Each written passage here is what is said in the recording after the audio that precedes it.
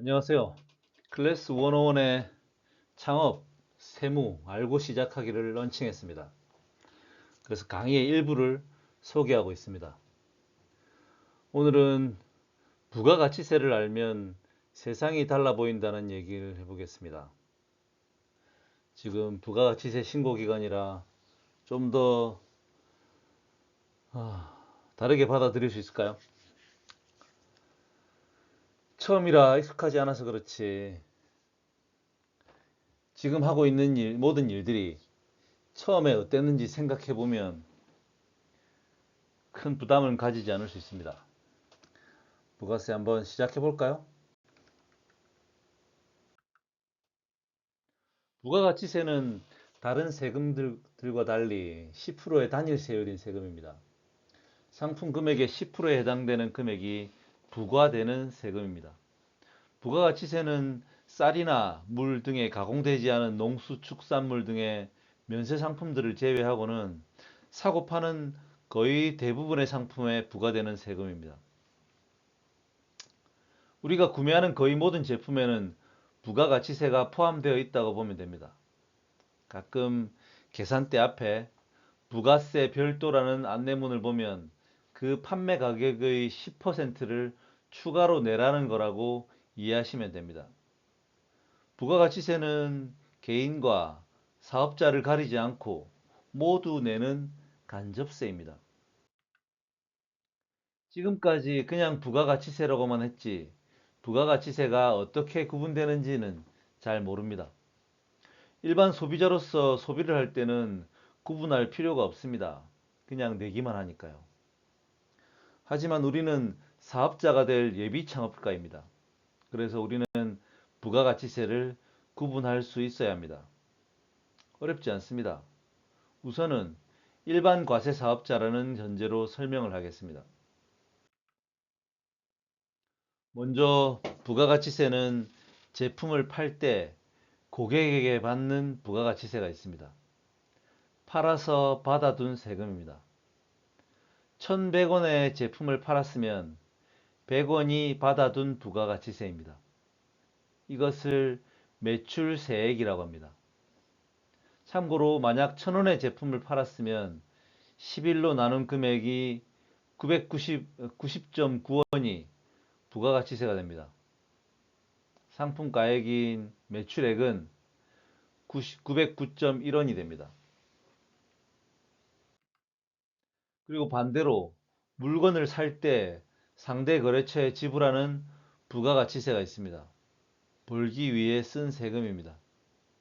550원을 주고 샀으면 50원은 지불한 부가가치세입니다. 벌기 위해 쓴 세금이라고 하고 이것을 매입세액이라고 합니다.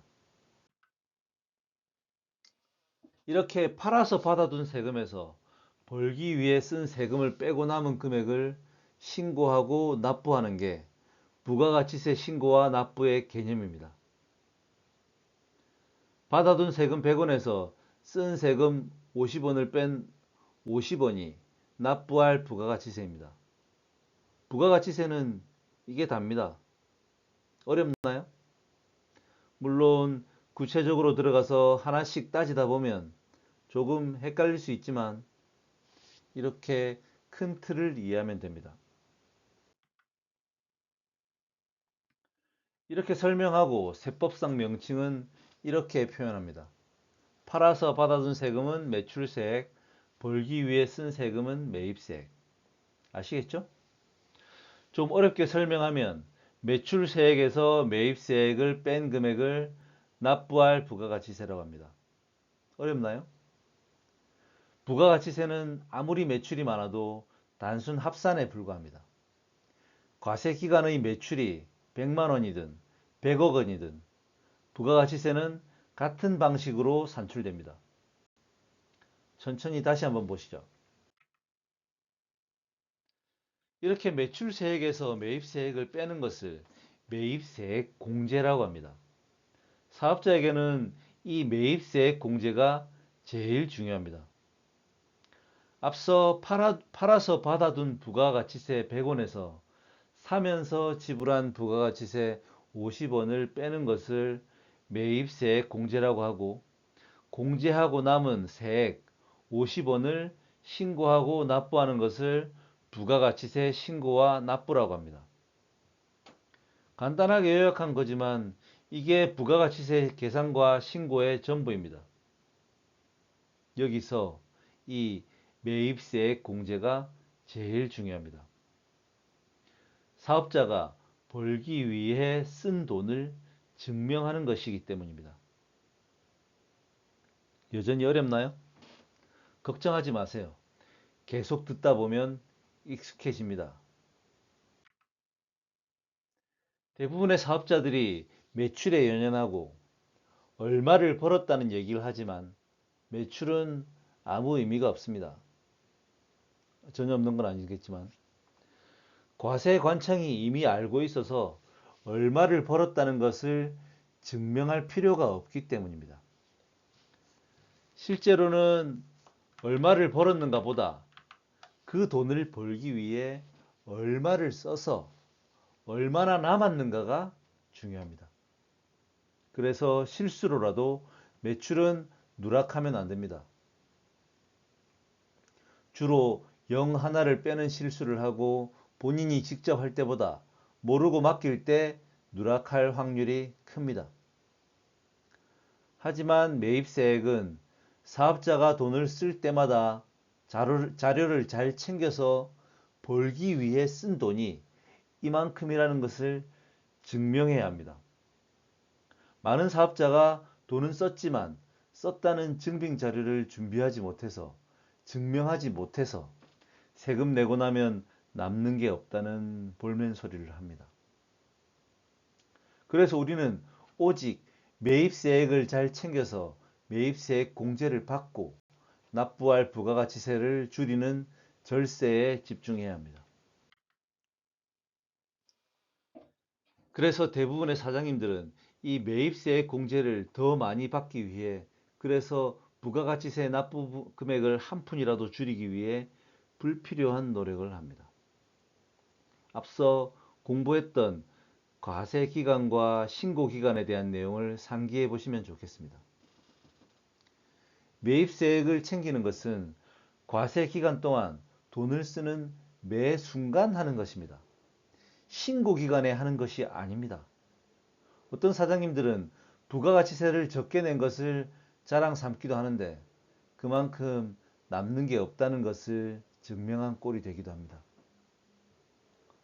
반년 혹은 1년 내내 열심히 일해서 남는 게 없다면 창업은 왜 한 것일까요?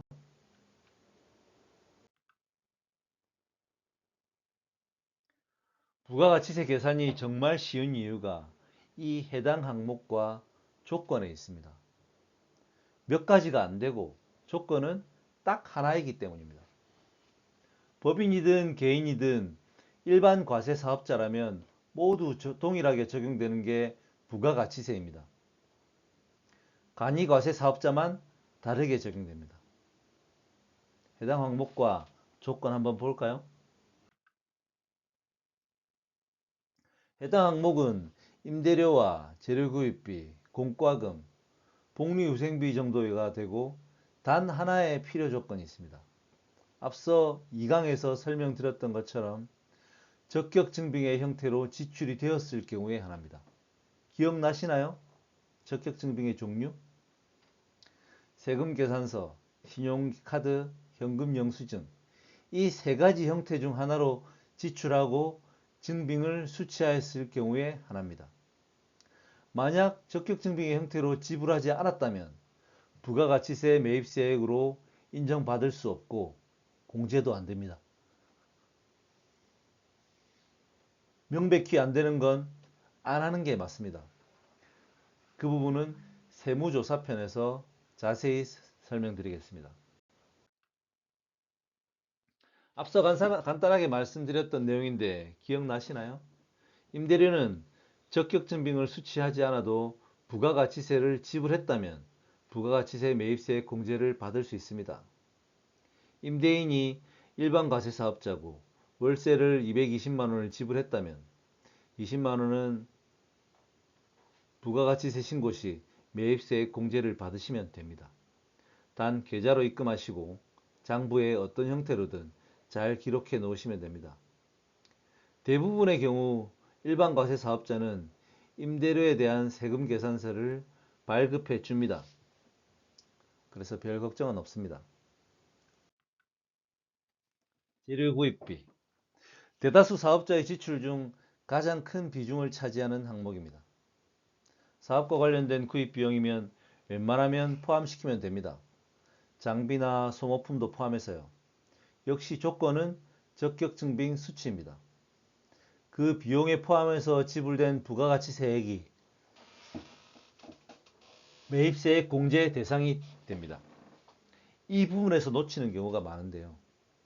홈택스에 등록한 사업자 명의의 카드를 썼다고 해서 모두 공제가 되는 것이 아니라는 것입니다. 이 부분 공제와 불공제에 대한 이해와 처리가 필요합니다. 이 부분은 뒷부분에서 한 번 더 설명드리겠습니다. 공과금. 본인 명의로 납부하는 공과금입니다. 가게에서 쓰는 전기, 가스, 본인 명의의 휴대폰 요금 등에 포함된 부가가치세가 매입세액 공제 대상입니다. 증빙 서류를 잘 챙겨 놓는 것도 좋겠지만 평소에 매월 공과금 지출 금액과 부가가치세 금액을 기록해 두고 합산해 두면 부가가치세 신고할 때 편합니다. 공공기관 같은 경우는 매달 전자세금 계산서를 발급해 주기 때문에 홈택스에서 쉽게 확인할 수 있습니다. 복리후생비는 4대 보험 적용과 원천세를 징수하는 직원이 1명 이상 있으면 식비나 의료비 등으로 지출하는 금액에 포함된 부가가치세를 매입세액 공제 받을 수 있습니다. 아시죠? 역시 적격증빙 형태로 지출되어야 합니다. 보통 홈택스에 등록해둔 사업자 명의의 카드를 사용하면 되고 상대 사업자 역시 일반 과세 사업자여야 합니다. 1년 내내 밥 대놓고 먹었는데 알고 보니 그 식당이 간이과세 사업자라면 부가가치세 매입세액 공제는 받을 수 없습니다. 직원 없는 1인 사업장은 복리후생비로 부가가치세 매입세액 공제를 받으면 안 됩니다. 계속 반복해서 말씀드리겠지만 누가 봐도 명백히 안 되는 건 안 하는 게 맞습니다. 그런데 누가 봐도 애매한 건 그 사장님의 판단에 맡기겠습니다. 예외 조항. 앞서 말씀드렸던 내용인데 기억나시나요? 앞선 강의에서 말씀드렸습니다. 차량 관련 지출, 그러니까 유류비나 수리비 등으로 사업자 명의의 카드를 사용했을 경우에 부가가치세 매입세액 공제를 받을 수 있는 차종이 있었는데요.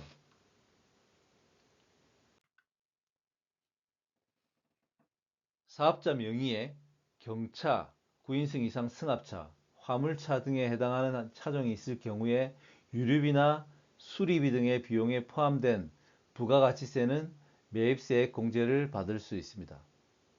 역시 홈택스에 등록한 사업자 명의의 카드를 사용하시는 게 부가가치세 신고할 때 편합니다. 잘 이해하면 잘 활용할 수 있습니다.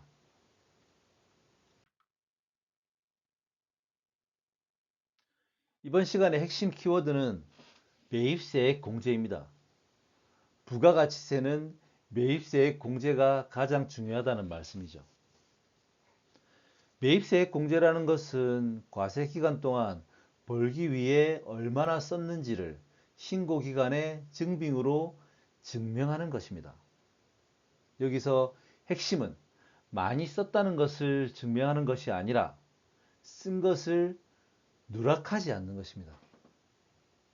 만약 거래를 할 때 흥정이나 협상을 잘해서 적격증빙 안 받고 싸게 잘 샀다면 쓴 돈을 증명할 수 없으니 안 해도 됩니다.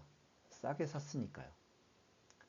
또한 많이 벌었는데 쓴 돈이 별로 없다면 부가가치가 높은 사업을 하고 있다는 거니까 부가가치세를 많이 내는 것이 맞습니다. 진짜 문제는 벌기 위해 쓴 돈이 많은데 그걸 증명하지 못해서 세금을 많이 내는 것입니다. 그런 경우를 스스로 용납하지 않으시길 바랍니다. 대다수 사업자들이 잘못 알고 있는 홈택스의 함정이 있습니다. 본인 명의의 사업자 카드를 홈택스에 등록해두고 사업과 관련된 지출이라고 생각하고 썼으면 당연히 홈택스에서는 공제가 되어 있을 것이라고 생각합니다. 하지만 실제로 들어가서 확인해보면 차량 관련 사용 내역은 기본적으로 불공제 처리가 되어 있습니다. 모든 불공제 항목을 확인하시고 사업과 관련된 정당한 지출이라고 판단되면 공제로 바꿀 수 있습니다. 각자의 상황에 따라 다르겠지만 생각보다 훨씬 많은 금액을 공제받을 수 있습니다. 알면 알수록 세금은 줄어듭니다. 그럼 다음 시간에는 간단한 사례를 들어 일반 과세 사업자의 부가가치세 계산을 해보겠습니다. 다음 시간에 뵙겠습니다.